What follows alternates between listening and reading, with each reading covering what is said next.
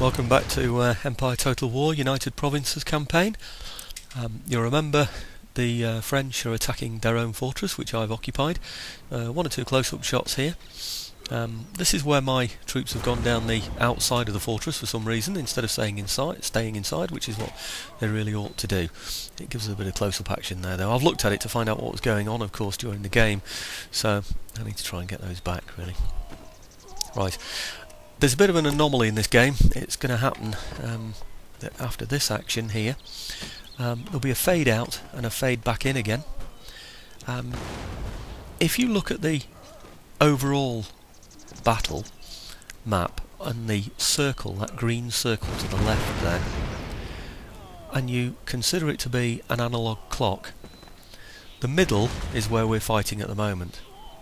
If you were to go, say, to the 7 around the clock, yeah, till you get to, say, where 7 o'clock would be, you notice there's a sort of like a dark brown red dot there. It's meant to be a red dot. Yeah, hard to tell, isn't it, really?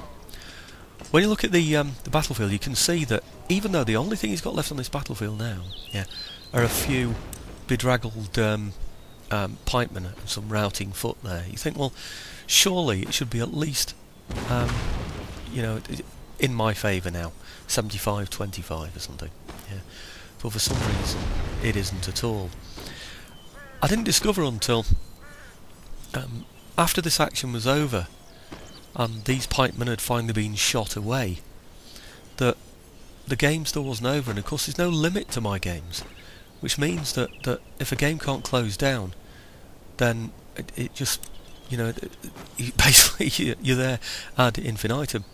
So I spent ages and ages searching around the battlefield, not noticing that little red dot there, until eventually I found a unit of 120 French regulars on the edge of the map, half on the map, half off the map, not able to go back, not able to go forward. Yeah, so it was an error in the game.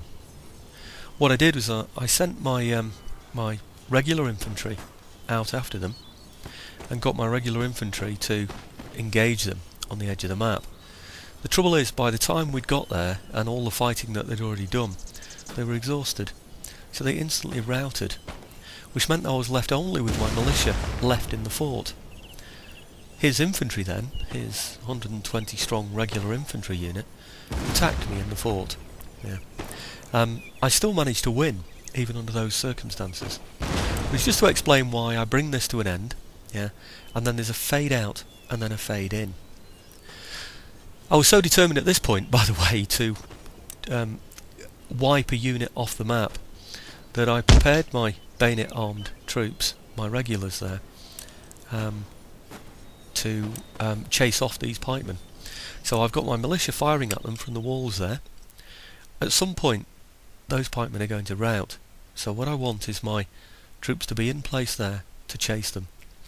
I was determined to make sure that I'd killed them all this time. Pikemen move a little bit slower, of course, than other infantry, so there's a good chance I can catch them. I don't really need cavalry in order to do that. There aren't that many of them left. So anyway, what's going to happen now is we're going to chase the pikemen and kill them all. Then there'll be a fade out and a fade in, and that period is the period that I'm searching all over the map to try and find out what on earth is keeping the game going on when it looks like I've defeated everybody. Yeah. Now, I've not included the bit where I go and see them. Here we go. And then they come and attack me. This is the bit where they've come and attacked me in the fort. My regulars have run away. My having shot them into a state of rout, I've now chased after them with my colonial infantry. I was so angry at this stage, you know, that I'd lost my regular troops in the field, and that these troops were still there holding the battle open, that I was determined to just kill them all, you know. So I've now got my militia troops, I should call them really, with plug bayonets, chasing his regular infantry from the battlefield. I was hoping, he's a long way away from the edge, because I'm chasing him all the way back from the fort, remember. He's a long way from the edge, so really I should have a chance to destroy all of them. Now you see what happens, we run completely over them, shortly anyway.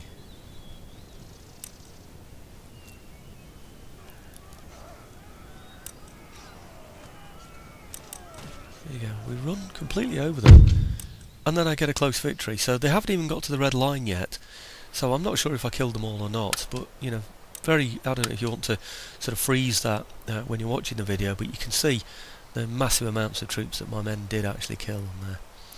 So anyway, you could see one of his units dying, you can see a small unit there retreating. You see the troops that he had in Paris withdrawing. This is the turn end now, by the way, summer 1703. And we're starting winter of 1703. Okay, quick look at Ceylon there, just checking what's going on there, make sure everything's safe.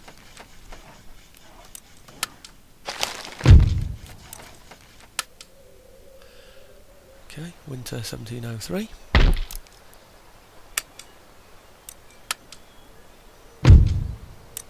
I'm looking for more technology I can steal. I was successful in stealing the only technology that the Austrians seem to have. You'll have noticed on the term end there as well that that I've also finished my naval technology, which is a 5% increase in fire. I'm now researching another one that takes a long time to get, unfortunately, naval shore facilities. I think it takes about 7 turns to get, quite a long time, and that then enables me to build dockyards and bigger and better ships.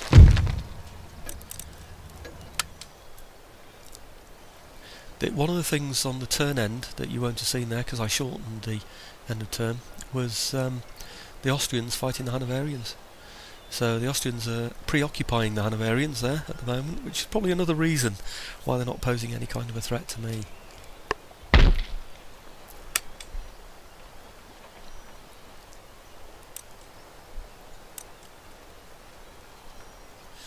Keep looking at Alsace-Lorraine. Is it possible? Can it be taken? It's pretty good, Alsace-Lorraine, actually. I'm sure it's the I'm guessing now, is it the Rhineland area? It's certainly a lucrative part of the world, you know, Middle Europe there, so if I could take it, it would be a nice income for me. No fortress there to hide in though, and I haven't really got enough troops to cover what I've got at the moment, so I would certainly be overstretching myself, I think, with that one. Just checking my total income there, what's coming in from trade.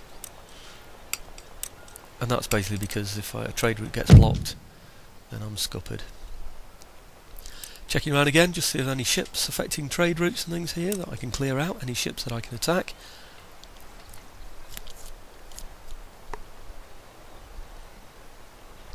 There's a Spanish ship that you could see up there, that's probably a galleon. I'm going to want to go for that, of course.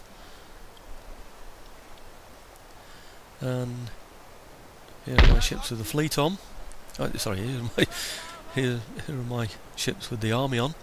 Change of plan. We were going for Mexico, remember?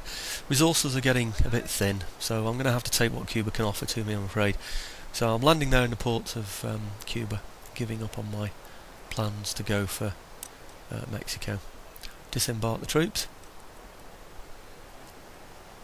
You'll know me by now. Part of the reason why I want to get these men off the ships is because I want to free up my ships. No guesses why. You've just seen that Spanish, what is probably a galleon. So I'm going to want that. I want the prize money, or I want the ship. I'm not sure what I'm going to go for yet, but I certainly want that ship. So we're dumping the men here now. Send them off to take Cuba. I hope they've got enough men to do that. I really don't know how many men they've got in Cuba to defend it. And we'll pick up the ships, move it towards the galleon.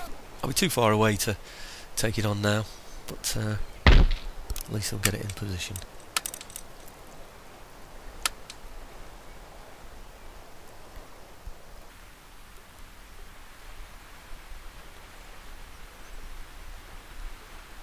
Yep, just looking at it. I'm just moving somewhere near it so I'm in position.